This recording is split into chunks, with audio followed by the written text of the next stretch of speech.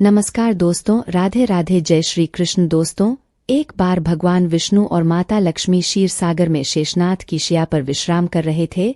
तभी विंता पुत्र गरुड़ उस स्थान पर आ जाते हैं और भगवान विष्णु तथा माता लक्ष्मी से पूछने लगते हैं, हे प्रभु, मैं पृथ्वी लोक का भ्रमण करके आया हूँ। मैंने देखा कि पृथ्वी लोक पर अनेक मनुष्य नित्य स्नान करते हैं, किंतु फिर भी दुखी ही रहते हैं। उनके दुखी रहने का क्या कारण है? हे प्रभु, आप मुझे बताइए कि स्नान करने की सर्वोत्तम विधि क्या है?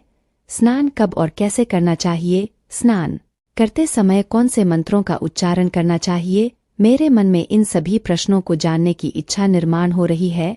गरुड़ जी माँ लक्ष्मी से भी पूछते हैं, हे माता, मैंने यह भी देखा है कि अनेक महिलाएं नित्य स्नान करके आपकी पूजा आराधना करती है, किंतु फिर भी उनके घर में आपका वास नहीं होता है।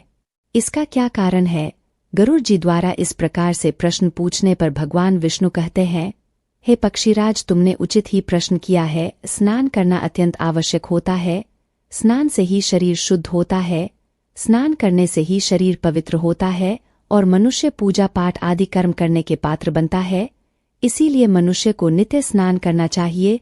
तुम्हारे सभी प्रश्नों के उत्तर देने से पूर्व मैं तुम्हें एक अत्यंत पवित्र कथा सुनाता हूँ। उसे तुम ध्यान से सुनो। इस कथा में तुम्हें तुम्हारे सभी प्रश्नों के उत्तर प्राप्त हो जाएंगे। इतना कहकर भगवान विष्णु ने गरुड़ जी को का महत्व बताते हुए एक कथा सुनाई है, जिसे सभी मनुष्यों को ध्यान से सुनना चाहिए। इस कथा का श्रवण करने मात्र से ही सैकड़ों तीर्थों में स्नान करने का पुण्य मनुष्य को प्राप्त होता है। इसीलिए आप सभी इस कथा को पूरा जरूर सुने। आधा अधूरा ज्ञान अनर्थ का कारण होता है। तो चलिए शुरू करते हैं। भगवान विष्णु कहते हैं, हे पक्षीराज, प्राचीन काल की बात है।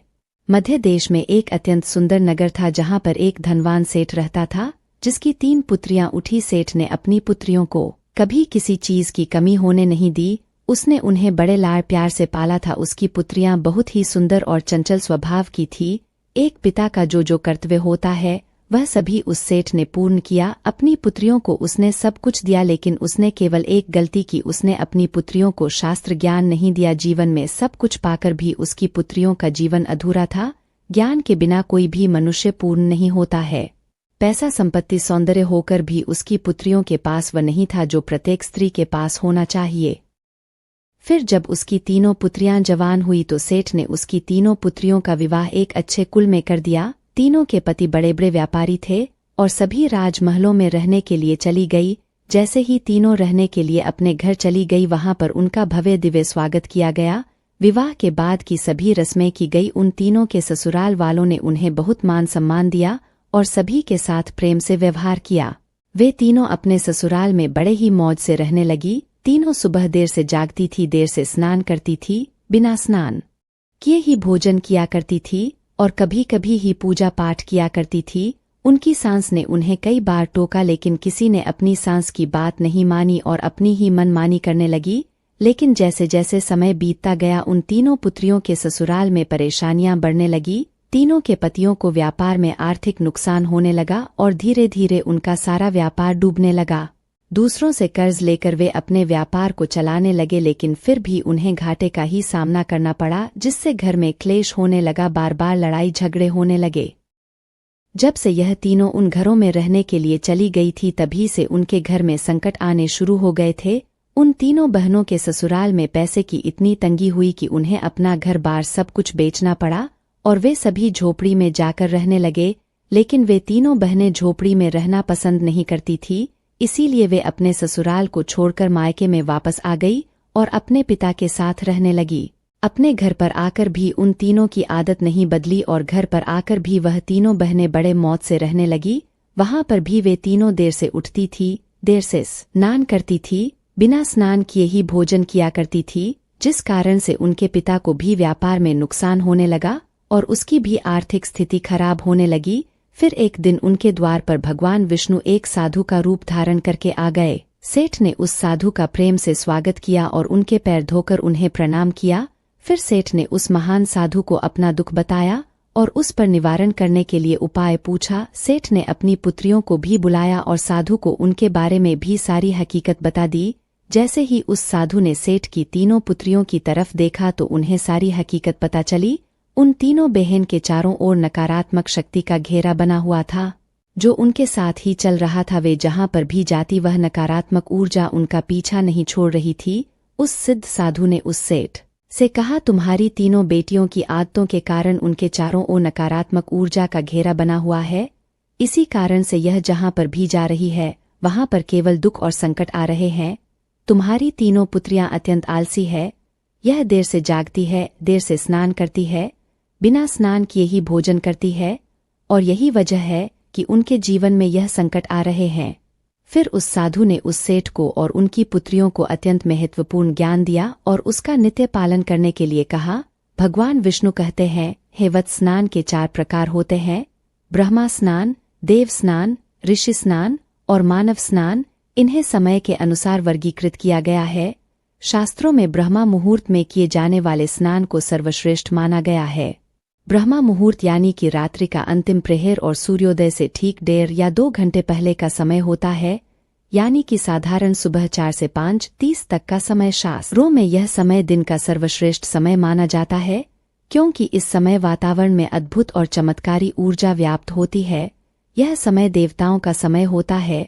इस तरह देवताओं का स्मरण करते हुए ब्रह्मा मुहूर्त में किए जाने वाले ब्रह्मा स्नान को सर्वश्रेष्ठ स्नान कहा गया है। इस समय स्नान करने से और स्नान के तुरंत बाद सूर्य देवता को अर्घ्य देने से जीवन में सुख, समृद्धि और शांति आती है। दिन भर मनुष्य का तन और मन ताजगी और सकारात्मक ऊर्जा से भरपूर रहता है। ब्रह्मा स्नान करने पर मनुष्य रोग तथा बीमारियों से दूर रहता है। उसका शरीर निरोगी और स्वस्थ रहता है। दूसरा है देव स्नान। सुबह 5 से 6 बजे के बीच किया जाने वाला स्नान देव स्नान कहलाता है। सभी पवित्र पत्र नदियों का स्मरण करते हुए किए जाने वाले इस स्नान को भी श्रेष्ठ स्नान माना जाता है। इस समय स्नान करने से मनुष्य के शरीर में सकारात्मक ऊर्जा का संचार होता है और सभी प्रकार की नकारात्मकता और बुराइयां शरीर से बाहर निकल जाती है। इस तरह देव स्नान के समय स्नान करने से तन के साथ साथ मन भी शुद्ध और पवित्र हो जाता है। इस समय पर स्नान करने से धन संपत्ति में वृद्धि होती है। मनुष्य को सभी भौतिक सुख प्राप्त होते हैं। सुबह सुबह जब आकाश में तारे नजर आते हैं, उस समय किए गए स्नान को ऋषि स्नान कहते हैं। यह भी श्रेष्ठ स्नान होता है। इस समय स्नान करने से मानसिक शांति मिलती है।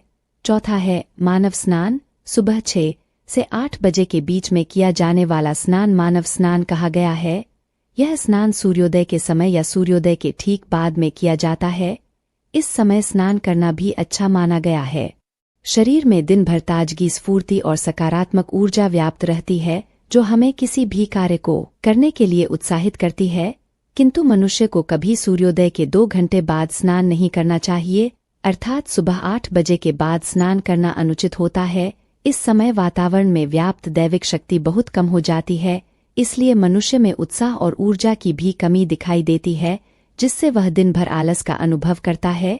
पूरे दिन शरीर में सुस्ती सी रहती है और किसी भी काम में मन नहीं लगता है।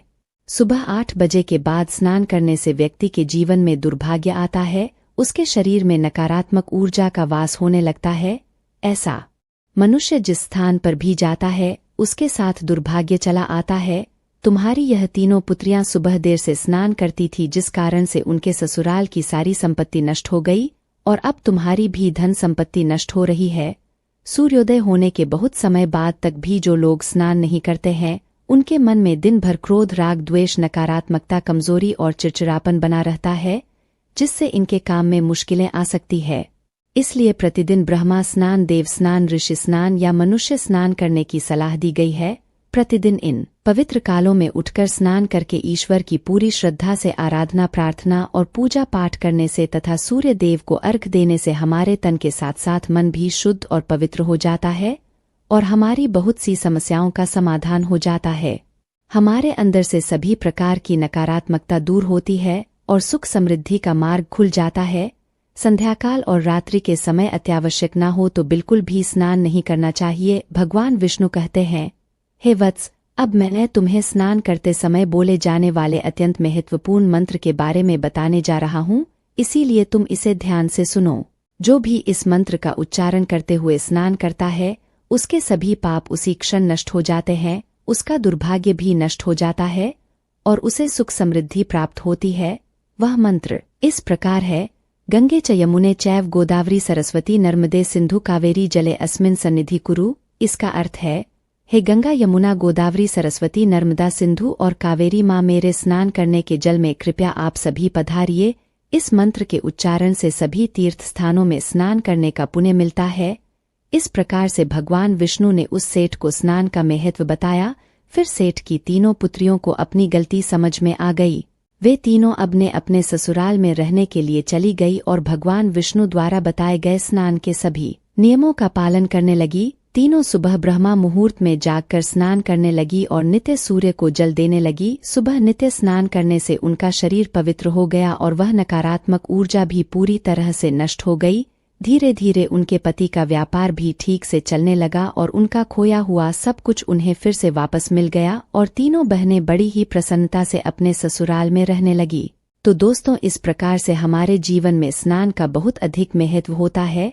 इसीलिए हमें रोज सुबह जल्दी स्नान करना चाहिए। सुबह 8 बजे के बाद स्नान करना अशुभ होता है। इस प्रकार से भगवान विष्णु ने गरुड़ जी को स्नान का महत्व बताया है। उम्मीद है आपको यह कथा पसंद आई होगी। वीडियो को लाइक जरूर करें और कमेंट में जय श्री हरि विष्णु और जय मां लक्ष्मी जरूर लिखें। साथ ही आपके अपने चैनल को सब्सक्राइब करें ताकि ऐसी ही आध्यात्मिक जानकारी आपको प्राप्त हो। माता लक्ष्मी, भगवान श्री हरि विष्णु की जय।